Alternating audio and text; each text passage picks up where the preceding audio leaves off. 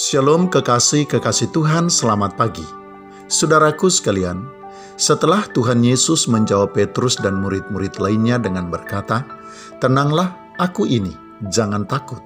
Di dalam ayat selanjutnya, yaitu di dalam Matius pasal 14, ayat yang ke-28 sampai ayat yang ke-30 disebutkan, Petrus berseru dan menjawab Tuhan Yesus dengan berkata, "Tuhan, apabila Engkau itu, suruhlah aku datang kepadamu berjalan di atas air." Kekasih-kekasih Tuhan, tidak ada keraguan di dalam hati Petrus terhadap diri dan kuasa Tuhan Yesus, bahkan terhadap perintah atau perkataannya. Itulah sebabnya Petrus berkata, "Suruhlah aku datang kepadamu berjalan di atas air."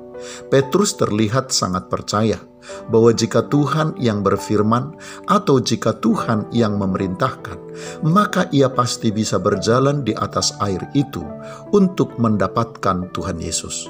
Dan merespon iman yang ditujukan oleh Petrus tersebut. Di dalam ayat selanjutnya disebutkan Tuhan Yesus pun berkata, "Datanglah." Dan setelah mendengar Tuhan Yesus memerintahkannya, maka Petrus pun turun dari perahu dan berjalan di atas air mendapatkan Tuhan Yesus. Namun kekasih-kekasih Tuhan disebutkan pula di dalam ayat selanjutnya, yaitu di dalam ayat yang ke-30. Ternyata ketika Petrus merasakan adanya tiupan angin, takutlah ia dan mulai tenggelam, lalu berteriak, "Tuhan, tolonglah aku." Kekasih-kekasih Tuhan, terlihat dengan jelas Petrus takut bukan karena gelombang yang besar, bahkan bukan karena angin topan atau badai yang besar.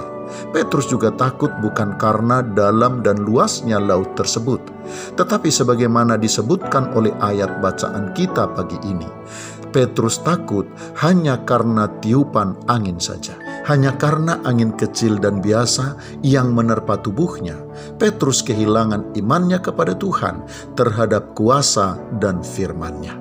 Kekasih-kekasih Tuhan, tantangan terbesar dan ternyata sangat berat atau sangat sukar bagi iman kepada Tuhan dan firman-Nya, ternyata bukanlah besarnya pergumulan dan kesukaran, juga bukanlah besarnya badai dan gelombang kehidupan yang menerpa dan menghadang perahu kehidupan kita.